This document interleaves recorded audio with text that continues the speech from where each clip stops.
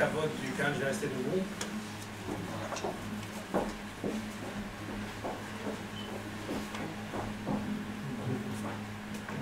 C'est mieux avec le micro? Ah non, si c'est mieux, on va l'utiliser. Mes chers amis, d'abord, je voudrais vous féliciter. Je voudrais vous féliciter pour avoir consacré un peu de votre temps à ce qui est sans doute pour nous la chose la plus chère, l'éducation de nos enfants.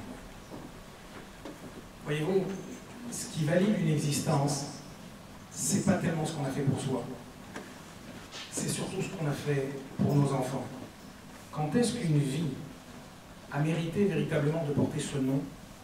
C'est lorsqu'on a pu transmettre le relais à la génération suivante.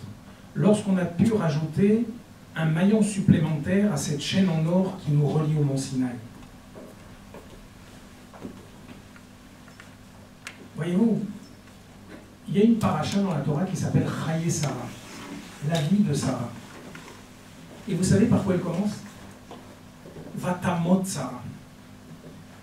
On nous parle de la mort de Sarah. Et par conséquent, on peut se demander légitimement comment se fait-il que cette paracha s'appelle Chaye Sarah. Alors le Rabbi nous explique que puisque Sarah a laissé un fils, Yitzhak, qui a continué le chemin qu'avaient initié ses parents, puisque Yitzhak a été un maillon supplémentaire de cette chaîne, eh bien cela prouve que la vie de Sarah était une vie. Chaye Sarah. Quand est-ce qu'on s'aperçoit qu'une vie a mérité ce nom? C'est lorsqu'on laisse derrière soi des enfants qui continuent, qui avancent dans le chemin que les parents ont tracé. Et donc c'est très important de consacrer des moments à méditer, à réfléchir sur l'éducation de nos enfants. Tout à l'heure, Shmuel a pris la parole en disant il n'y a pas de recette dans l'éducation. Et effectivement, il a raison. Le roi Salomon, dans sa sagesse, a dit Chanor Lena Alpi Darko. Il faut éduquer un enfant selon son chemin. Ça veut dire qu'il n'y a pas une méthode, il n'y a pas une recette. On doit méditer aux qualités, aux défauts, à la personnalité, à l'intériorité de nos enfants, pour essayer de les diriger, d'apporter des réponses à leurs problèmes, des remédiations. Et donc, on comprend maintenant ce que le rabbi précédent avait l'habitude de dire, au nom de son père, que de la même manière que nous avons l'obligation de mettre les téphilines chaque jour, ou d'allumer les bougies de Shabbat chaque vendredi, nous avons l'obligation de réfléchir une demi-heure par jour à l'éducation de nos enfants. Ainsi donc, la première piste que nous allons développer, c'est la réflexion. Il nous appartient d'observer nos enfants, de réfléchir à l'éducation qu'on doit leur donner. Dès qu'un père ou une mère essaye de réfléchir à la personnalité de son fils ou de sa fille, dès qu'il sent qu'il y a quelque chose à arranger, Akadosh Baruch Hu donne l'intuition au père et à la mère pour trouver des solutions. Si les parents n'y arrivent pas tout seuls, alors on peut avoir recours à un éducateur, à un ami, à quelqu'un qui va, un rave, quelqu'un qui va nous aider pour trouver des solutions. Je vais raconter une anecdote. Il y a une fois une maman qui est venue me voir dans mon bureau à l'école, et elle me dit, Monsieur Merli, vous savez, mon fils, c'est terrible. Dès qu'on lui donne quelque chose, tout est pour lui. Ça me fait des disputes énormes à la maison. Il ne veut rien donner. Qu'est-ce qu'il faut faire? À l'école, il se dispute avec tous ses camarades. Parce que dès qu'il a un paquet de biscuits ou de bambas, c'est pour lui. Et moi, je me suis dit, je ne suis pas un spécialiste en pédagogie. C'est vrai que je m'occupe d'une école, mais je dois avouer que je ne suis pas j'ai pas un diplôme de pédagogie. Et donc on a essayé de réfléchir ensemble. On a essayé de se pencher sur ce problème. Et soudain, il y a une idée qui a émergé. J'ai dit à cette dame, écoutez, vous savez quoi? Désormais, vous n'achèterez plus un paquet de bonbons à votre fils. Vous allez en acheter 2. Et vous allez lui dire, celui-là, il est que pour toi. Mais le deuxième, c'est pour les autres. C'est pour que tu le distribues à tes camarades. Figurez-vous que cette femme a fait cela. C'est pas passé 3 semaines que non seulement le deuxième paquet a été distribué aux copains, mais les copains ont eu droit même à un petit peu du premier. Et donc, ça m'a donné une leçon. Je me suis dit, quand le rabbi demande de réfléchir à l'éducation de nos enfants, c'est quelque chose de fondamental. Une fois, un ami qui m'a dit qu'il avait eu du mal à faire en sorte que ses enfants fassent régulièrement le Kriyat Shema avant de dormir. Vous savez, en plus, normalement, lorsqu'on fait faire le Kriyat Shema à un enfant, normalement, il ne va plus parler après. C'est difficile. Eh bien, il m'a expliqué comment pendant 3 mois, il s'est fixé un objectif. Il s'est fixé l'objectif de faire en sorte que ses enfants fassent le Kriyat Shema à la Mita. Au bout de 3 mois, il y est arrivé. Ça veut dire que il s'est fixé un objectif. Il a réfléchi à l'éducation chinour de ses enfants et en fin de compte, Dieu l'a inspiré pour trouver une solution convenable. Ainsi donc, il me semble que le premier ingrédient de la réussite que l'on veut donner à nos enfants, c'est avant tout la réflexion. Réfléchir, encore une fois, aux qualités et aussi aux choses à améliorer dans la personnalité de nos enfants. Il y a un deuxième aspect. L'aspect, c'est celui de l'amour. On doit montrer de l'amour à nos enfants. Vous allez dire, enfin, c'est une évidence. Tout le monde aime ses enfants. C'est vrai. Je ne suis pas en train de dire qu'il faut aimer ses enfants.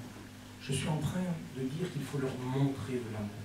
Lorsqu'on regarde dans la Torah ce qui s'est passé avec Yitzhak, Yitzhak qui a été ce premier enfant juif, eh bien, la Torah nous dit que Vayehav Yitzhak et Esav, Verivka Ohevet et Yaakov.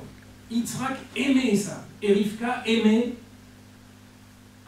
Yaakov. Le seul verbe qui est utilisé, c'est le verbe aimer. Il y a des parents qui aiment leurs enfants, mais qui ne savent pas toujours comment le manifester. Si Matlev portait de l'attention à un enfant, imaginez par exemple cet enfant qui rentre le soir et qui n'arrive pas à faire ses devoirs, il a du mal, que ce soit en Kodesh, que ce soit en Chol, et soudain son père arrive, il est tout content. Il dit voilà, mon père va l'aider. Son père arrive après une journée de fatigue, il est épuisé.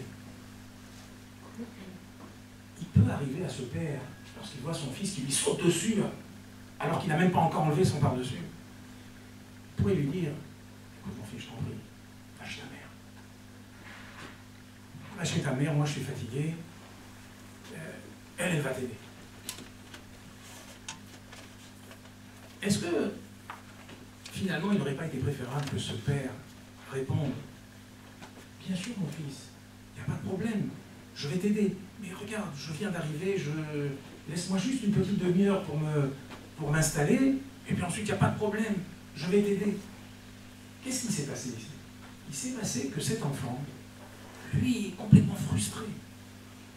Il avait envie d'apprendre, il avait envie de progresser, il demande à son père, et qu'est-ce que son père lui dit? Je ne peux pas. Va chez ta mère. De la même manière, une mère peut dire à son fils, va chez ton père. Eh bien, cette simatlev, cet amour que l'on doit révéler au moment opportun, c'est quelque chose de fondamental. Et donc, il faut savoir que l'ingrédient, sans doute un des ingrédients essentiels dans l'éducation de nos enfants, c'est de leur montrer de l'amour et de l'attention.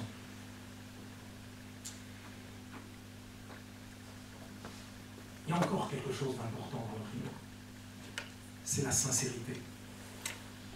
On peut dire que l'arme absolue du chinour, c'est la sincérité.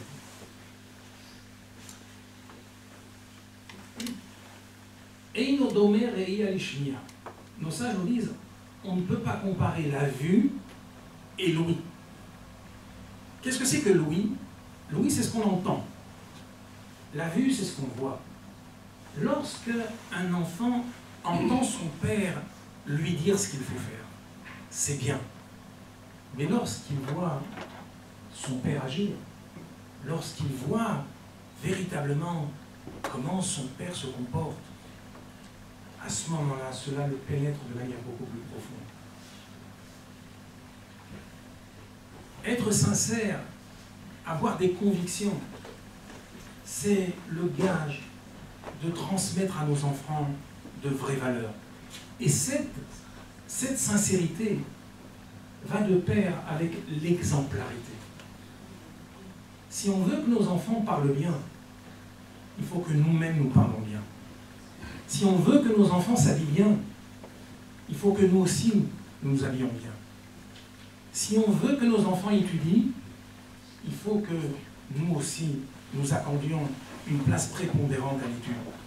Un jour, le secrétaire du rabbi de Lubavitch, le Rav Radakov, qui était un homme véritablement de chinour, un éducateur, a fait la proposition suivante. Il a dit que lorsqu'un père ou une mère étudie le soir, alors que les enfants peut-être sont déjà couchés, eh bien, il faut laisser le livre sur la table. Il ne faut pas le ranger dans la bibliothèque, il faut le laisser sur la table. De sorte que lorsque l'enfant va se lever le lendemain matin, il va voir que son père a étudié. Ainsi donc, l'exemplarité est l'arme absolue du chinour. Il y a une grande différence entre un adulte et un enfant. C'est qu'un adulte fait attention aux absolus, aux choses essentielles. Il néglige souvent les détails. Un enfant, c'est exactement le contraire. Lui, il fait attention aux détails et pas tellement aux choses importantes. Vous savez, le soir de Pessah, on pose combien de questions? On pose 4 questions. Vous savez quelle est la première question que l'enfant pose? Dans la Mishnah, il demande pourquoi est-ce que ce soir on trempe 2 fois alors que les autres soirs de la semaine on ne trempe pas du tout. Nos sages se demandent, poser la question sur la matzah. La matzah, c'est une mitzvah de la Torah. Ou bien sur le maror, qui est une mitzvah des rabbins. Par quoi il commence? On lui fait commencer sa question par un minhag d'Israël, une habitude de tremper un légume dans de l'eau salée, ou le maror dans le charossé. Pourquoi est-ce qu'on commence par un minhag? Eh bien, le rabbi explique qu'un enfant, qu'est-ce qui le touche? Qu'est-ce qu'il perçoit en premier? Ce n'est pas les absolus, les choses importantes, les mitzvot de la Torah ou des rabbins. Fais attention à un petit minhag. Lorsque, des fois, dans notre comportement, dans notre manière de servir Dieu, ou bien tout simplement dans la vie de tous les jours, dans notre comportement, nous négligeons un petit détail, l'enfant le perçoit immédiatement. Et donc, l'exemplarité dans le chinour est quelque chose d'essentiel. Si on veut que nos enfants aillent dans la direction qu'on leur montre, il faut que nous y allions avec sincérité, avec authenticité, en leur montrant l'exemple. J'avais dans la synagogue quelqu'un qui m'a toujours frappé. Il faisait des dons de Shabbat à la jour, mais jamais il n'est venu lui-même payer son don. Qu'est-ce qu'il faisait? Il envoyait l'un de ses enfants. Toujours c'était l'un de ses enfants qui venait donner le don. Lui, il venait à la chose. Il venait le matin, le soir.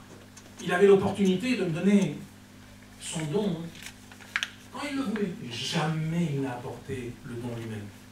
Il le faisait parvenir par ses enfants. Ça m'a frappé. Je me suis dit, quelle idée géniale. Quelle exemplarité. Il n'est pas en train de dire à ses enfants que c'est bien de donner. Il leur apprend à donner. Ainsi donc, voilà déjà 4 pistes que nos sages nous donnent. Il y a la réflexion. Il y a l'amour que l'on doit révéler à nos enfants. Il y a la sincérité de notre comportement et l'exemplarité. Mais ce n'est pas tout. Si on veut réussir le chinour de nos enfants, il faut installer dans notre maison une atmosphère de simra. Il faut qu'une maison juive soit joyeuse. Le judaïsme, ce n'est pas quelque chose de coercitif. La Torah, ce n'est pas quelque chose que l'on fait sous pression, par obligation, par crainte. Les commandements de Dieu sont beaux, ils sont droits, ils inspirent la simra. Lorsque on demande à un enfant de faire quelque chose uniquement par obligation, sans instaurer une atmosphère de joie, de sérénité, d'enthousiasme, comment voulez-vous que nos enfants soient enflammés? Mais dès qu'il y a de la simra, dès qu'il y a de la joie, alors il y a nécessairement de la kedusha. Vous savez ce que c'est que Dieu préserve installer de la tristesse dans une maison? C'est comme si on disait, pourtant c'est pas toujours facile, mais c'est comme si on disait à Dieu, sors d'ici. Oz vechedva bimkomo. La force et la joie se trouvent dans son lieu. Là où il y a de la simra, Akadosh Baruch Hu se trouve. Et donc, si on veut que Dieu soit dans notre maison pour qu'il bénisse nos enfants, et pour que nos enfants ressentent cet enthousiasme que confère le judaïsme, il faut de la joie, il faut de la simra. Vous savez, on est amené, nous, en tant que responsable d'institutions scolaires, on est des fois amené à observer les familles. Il y a des familles où les enfants réussissent. Il y a des familles qui réussissent moins bien. Au plan scolaire, après dans la vie et dans les midot, c'est autre chose. Et déjà, on voit qu'il y a des familles où il y a une tradition de réussite scolaire, d'autres où... Il y a des familles où les enfants poussent sans problème. Il y a des familles où des fois, il y a certains enfants qui posent des problèmes. Alors nous, éducateurs, on a l'obligation de se poser des questions et de se dire, qu'est-ce qui se passe? Eh bien, j'ai remarqué qu'il y a des fois des familles où les parents sont beaucoup moins instruits, érudits. Et pourtant, les enfants réussissent très bien.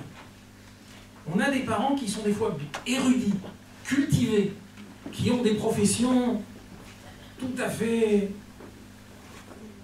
élogieuses, et qui cependant ont du mal. Eh bien, je me suis aperçu que des fois, une des solutions, c'était que des familles dans lesquelles les enfants réussissaient, c'était des familles joyeuses. C'était des familles où les gens avaient un sourire jusqu'aux oreilles, où les gens étaient heureux. Et dans les autres familles, les enfants étaient trop, en quelque sorte, mis à contribution avec les problèmes de la vie, avec les soucis financiers, avec les... Et donc, la simra. Je me souviens une fois avoir entendu un grand pédagogue américain qui nous a fait une conférence et qui nous a dit, moi, quand je recrute un professeur, la première chose que je regarde, c'est s'il est souriant. S'il n'est pas souriant, je le reçois dans mon bureau parce qu'il s'est déplacé, je lui dis bonjour, mais je sais que je ne le prendrai pas. Quand il est souriant, on commence à voir. Un moré, c'est quelqu'un qui doit être souriant. Un éducateur, c'est quelqu'un qui doit être des simra. Si on veut transmettre des valeurs, il faut les faire dans la joie. Si on veut avoir une famille qui progresse dans tous les domaines, en particulier dans le judaïsme, il faut être des simra.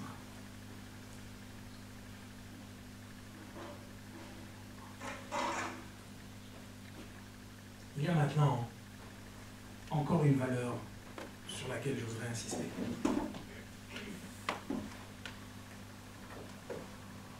C'est le shalom bayit.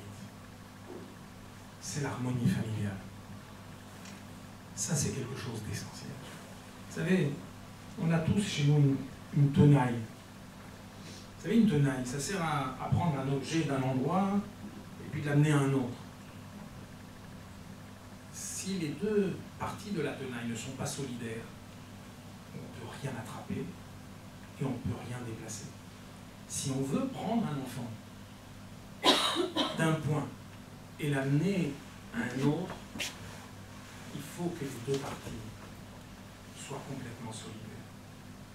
Ainsi donc, le fait qu'un père et une mère soient en harmonie, qu'il y ait une shalom bayit, de l'union, de la paix, de la cohésion dans la famille est quelque chose d'essentiel. Le problème, c'est que parler de ce sujet mériterait une autre conférence. On n'est pas venu ici pour parler du shalom bayit. Mais il me semble que ne pas en parler du tout, c'est faire abstraction d'un élément essentiel dans l'éducation de nos enfants. Donc, qu'est-ce que c'est que le shalom bayit? C'est quoi l'union dans un couple? Nous sommes dans une société de consommation.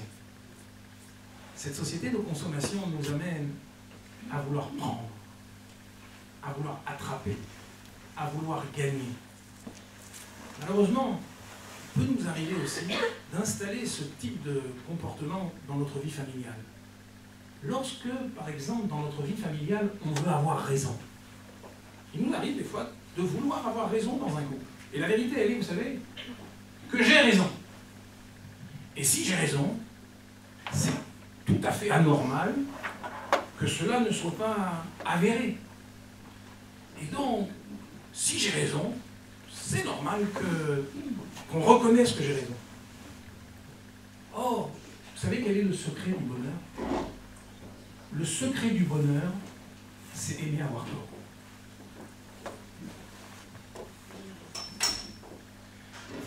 Avoir raison, ça veut dire quoi?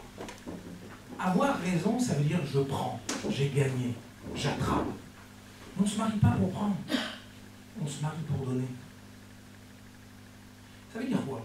Ça veut dire que lorsque un mari marche dans la rue, il doit avoir une seule obsession.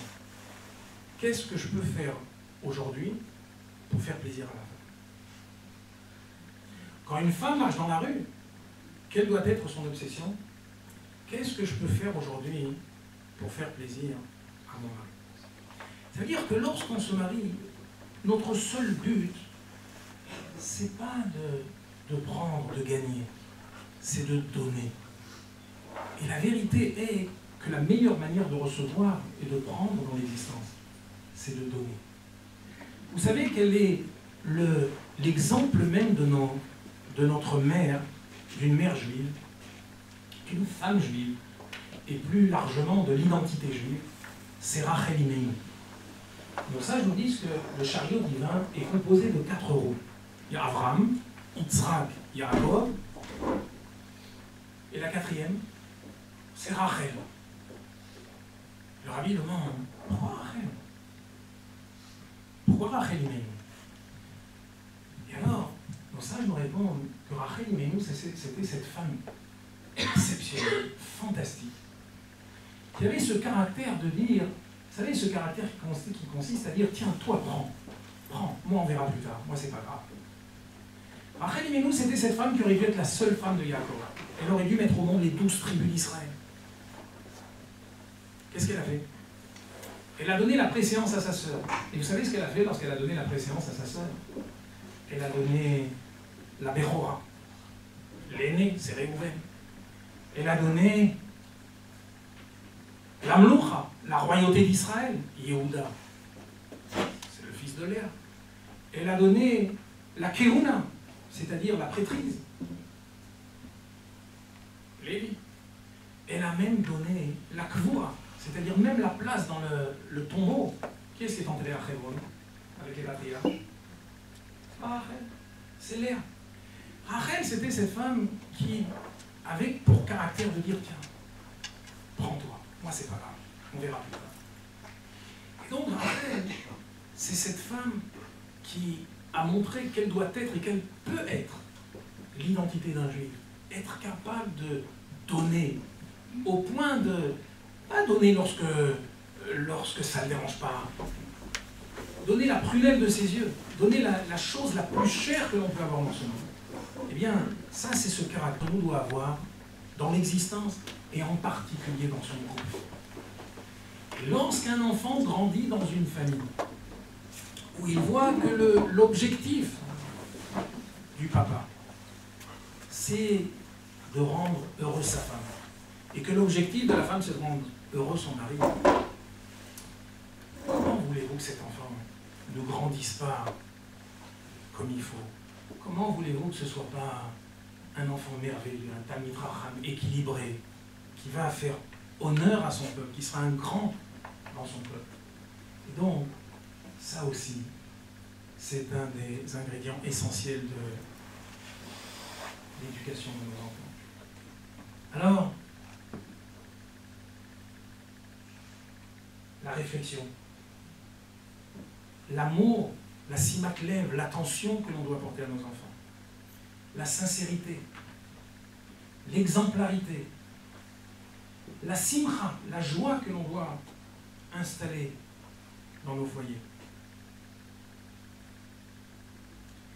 Et pour finir, cette artout, ce shalom baït, feront en sorte que, avec l'aide de Dieu, chacun d'entre nous aura le plus grand plaisir de ses enfants. Car nos sages nous disent, il n'y a pas de plus grande joie que celle des enfants, il n'y a pas de plus grande souffrance que celle des enfants. Et donc, si on sait mettre en pratique toutes ces pistes que nos sages nous ont données, on est sûr et certain qu'avec l'aide de Dieu, nous ferons grandir des enfants dont nous serons fiers, ces enfants qui vont être ceux qui vont animer la génération suivante et qui nous amèneront certainement, qui nous permettront de voir très bientôt le Mashiach. Amen. Donc je sais qu'il y a d'autres intervenants derrière moi.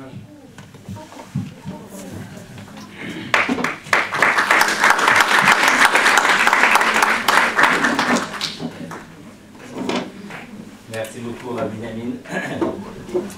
Évidemment, la joie, il a fini en parlant de joie, on est le mois de Hadar, donc on est vraiment dans le thème de la joie.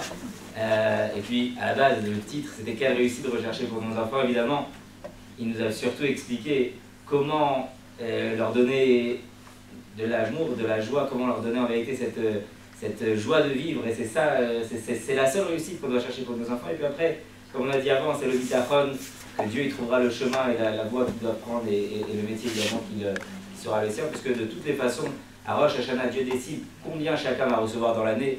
Ça ne sert à rien de se faire du souci pour le travail, pour toutes ces choses-là, même si c'est naturel. Tout est déjà décidé, tout est déjà tranché, donc pour l'éducation des enfants aussi. On va appeler maintenant Madame Cohen-Scali. Allez-y, je vous donne.